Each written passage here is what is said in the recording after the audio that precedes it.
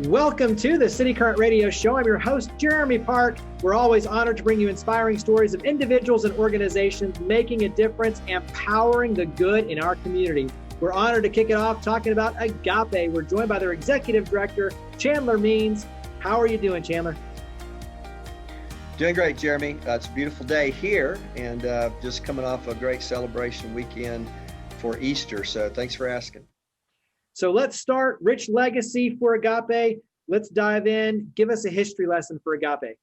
Chartered in 1966 and began services in 1967. So we've just crossed over our 54th anniversary of serving in Middle Tennessee. AGAPE began really as an organization to serve unwed mothers and also to work with children of unwed mothers who wanted families who wanted to make adoption placement for those children, as well as families who were looking to adopt children into their homes. That was kind of our beginning, kind of how we began and the services that we began to provide. We moved quickly, if you look back at the history of AGAPE, moved quickly into foster care as a part of that, along with adoption services.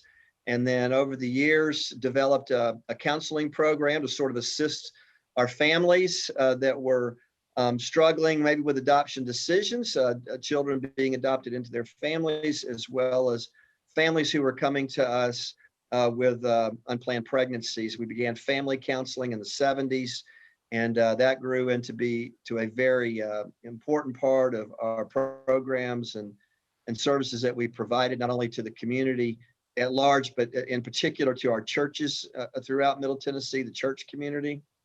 And of course, those programs continued to grow.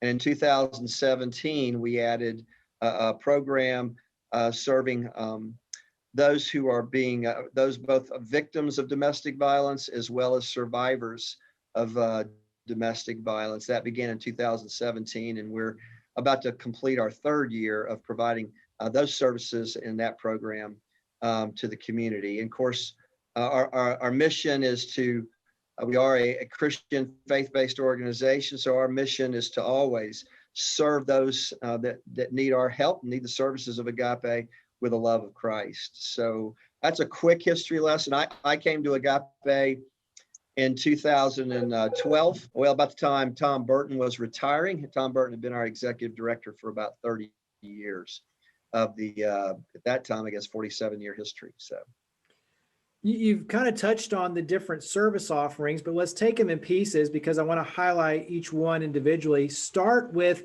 the foster care, the adoption, because obviously that's a really important piece of the equation. So talk about that side, especially related to how the community can help.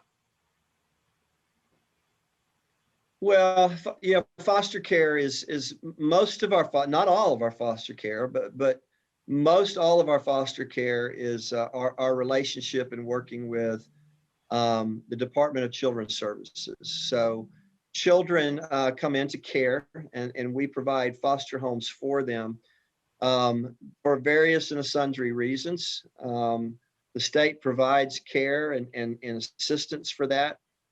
I think, as far as, and it's kind of my passion, my wife and I were foster parents, have been foster parents for about 16 years. It's kind of what led me to AGAPE, almost 9 years ago now. And, but I would say, currently we probably, I don't know what the number is today, but we'll probably have 62, 63 children who will be cared for in an AGAPE home today, and will spend the night in an AGAPE foster home tonight. As far as how the community can help, there's a lot of ways you can help your church. You can help encourage your church community to get involved in foster care, whether that's actually in the caring for children through families of that church, but also providing wraparound services to families at AGAPE, but also through families through the Department of Children's Services. Department of Children's Services has their own families. AGAPE receives a lot of, help and support from the church community. DCS families don't necessarily always receive that. So that's a great way for people to get involved. As far as with AGAPE, there's always Christmas presents that are needed, birthday presents that are needed. Those are not things that are supported through the state. There's summer camps that are often needed for kids. There's special programs, recreational programs that they can become involved in, and those are cost to either Department of Children's Services or to the to agencies like ours. I think one of the best ways that we can maybe serve families and children in foster care is just being aware that there are over 8,000 children in foster care in the state of Tennessee, and that there are people out there working hard with great compassion and compassion to serve these children, but not only serve the children, but serve their biological families who are struggling for whatever the situation may be that caused the children to come into care with the Department of Children's Services. For those who want to be foster parents and look into that, give us an idea of training, a few things to know. What are some things that they need to know on their end? Well, thanks for asking that, by the way. Well, there is training. So you go through a pretty extensive training process. It's called 10-key training program. It's changed names over the years. I think that's the one we're under now is 10-key. I believe it's 24 hours of training specifically related to everything from, how to work with children who are in the school system, how to work with the school system around various kinds of programs that are needed for children who come into care, how to administer medication if there's medication for children for various things that they might be dealing with. There's a class called Prudent Parenting. It just helps you go through, how to work with children who are in care as you might have worked with your own children. Just various classes, trainings to help foster families prepare for taking a child or children into their home. Then there's also a home study that is required, and sometimes that can be fairly invasive. There's a lot of information, background checks, fingerprinting, and so forth that's required for a home to be approved as a certified foster home. Time-wise, we've changed ours a little bit. We used to do classes once a week. We've changed that up a little bit. You can probably become a certified foster parent in, I'm going to say, don't hold me to this, but that process can probably happen in about 90 to 120 days. So it's not, you don't raise your hand, say, I want to be a foster parent, and next week you have children in your home. It doesn't quite work that way, nor should it really work that way. So that's part of the process. If people are interested in fostering, depending on what part of the state you're listening to, if you're in Middle Tennessee, you can certainly go to AGAPE's website, agapenashville.org. You can certainly go to the Department of Children's Services. There's a program right now called Tennessee Fosters Hope that's been sort of rolled out by Governor Lee. They have a website where you can go there and just, you can type in, interested in being a foster parent, and agencies like AGAPE as well as the Department of Children's Services will come up, and you can find out the information that you need there. You can certainly call our office, 615-781-3000, and we can also share that information with you as well. Talk about the professional counseling and dive in a little bit deeper on that side. Our counseling program kind of it's direct services. So you call and you schedule an appointment, and then an intake occurs. You can actually do that on our website, AGAPE's website. But counseling, we have both licensed professional counselors, we have licensed marriage and family therapists, and we have clinical psychologists here. Clinical psychologists tend to do both counseling, therapy, as well as testing.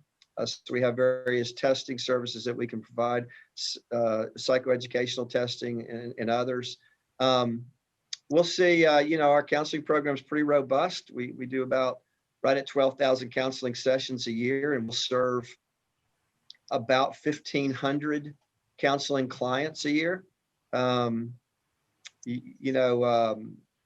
Again, that's something that we've seen grow during this pandemic period.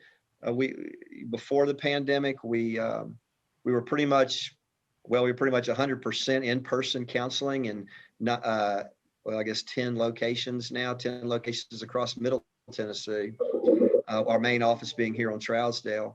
But we also now have the ability to provide virtual and teletherapy, so either through the phone or through a computer, just like you and I are doing here on this Zoom call. And for many of our clients, even now that the pandemic, we're back and seeing people in person, we still see about 30% of our clients are still seeing either through teletherapy or virtual therapy.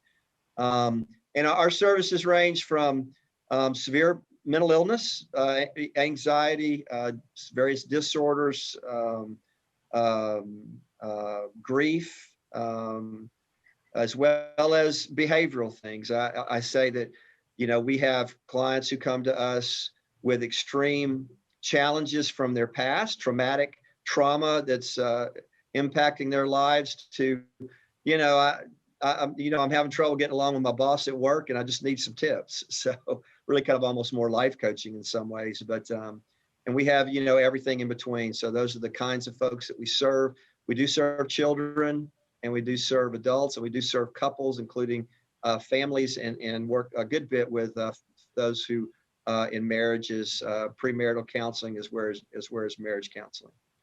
And then go ahead and talk about the domestic violence relief. I think that's another thing that when you look at the pandemic and the effects, domestic violence with families being more together has been a really big challenge. And so talk about your efforts around domestic violence relief. Well, yeah, we say, they're definitely, there's a phrase, safer at home. And a lot of people are not safer at home. And in fact, being home was a very dangerous place for them. And so what we did see an increase in our hotline calls initially, actually coming into shelter. We really, both in our shelter program as well as our advocacy program at the Family Safety Center, we actually saw a fairly significant decrease at the beginning of COVID, yet a large, over 100% increase in our hotline calls. But, that's beginning to move more back to sort of normal. Unfortunately, I hate to even use that word as it relates to domestic violence, but sort of statistically a more normal balance of those that we're seeing in shelter, and as well as serving in our advocacy program at Family Safety Center. It's a great need. 1 in 4 women will experience some form of domestic violence in their lifetime. It's a shame. It's horrible. And so we feel very honored and very missional to be able to be in that space and to provide those services to those who are seeking refuge, who are seeking rescue, who are looking for hope to be able to get back on their feet, either, maybe repair a relationship, but tends to be more likely to be able to survive outside of that relationship, whether it's individual or often, many times for us, a mother with children, although we also do a good bit of work with men who experience domestic violence as well. When you look at ways to help, we've touched on being a foster parent and that side of it, but talk about some of the different ways we can help, including 2 upcoming golf tournaments and events. Well, we do. We have, May the 24th is our AGAPE Kids Classic. It'll be our 21st annual AGAPE Kids Classic, and it's a very large golf tournament. It's not really large, but it does raise a lot of money for this organization, and we've been very blessed by individuals, companies, churches, the community in general that really supports that tournament. You certainly can go to our website, agapenashville.org, and get more information about that under support. And then there's a section there specifically about the AGAPE Kids Class. Certainly you can donate. We're still looking for a few captains to be a part of that. It's a unique golf course, a little bit different. And then in August, we will have our Morning Star Sanctuary golf tournament. It's a more traditional pay to play, get a team together, always looking for corporate sponsors there for that, but also for teams to play in that. It's a little different type.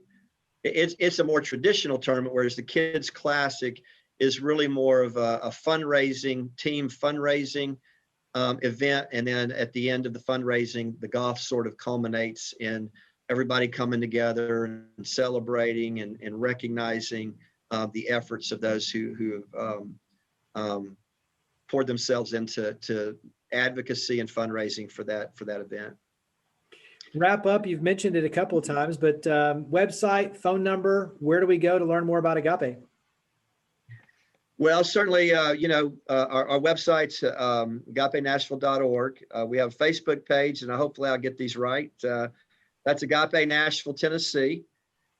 Twitter is also Agape Nashville, and let me see if I've got it down here. What our Instagram is also Agape Nashville. So you put in Agape Nashville on any of those platforms, and we're going to come up.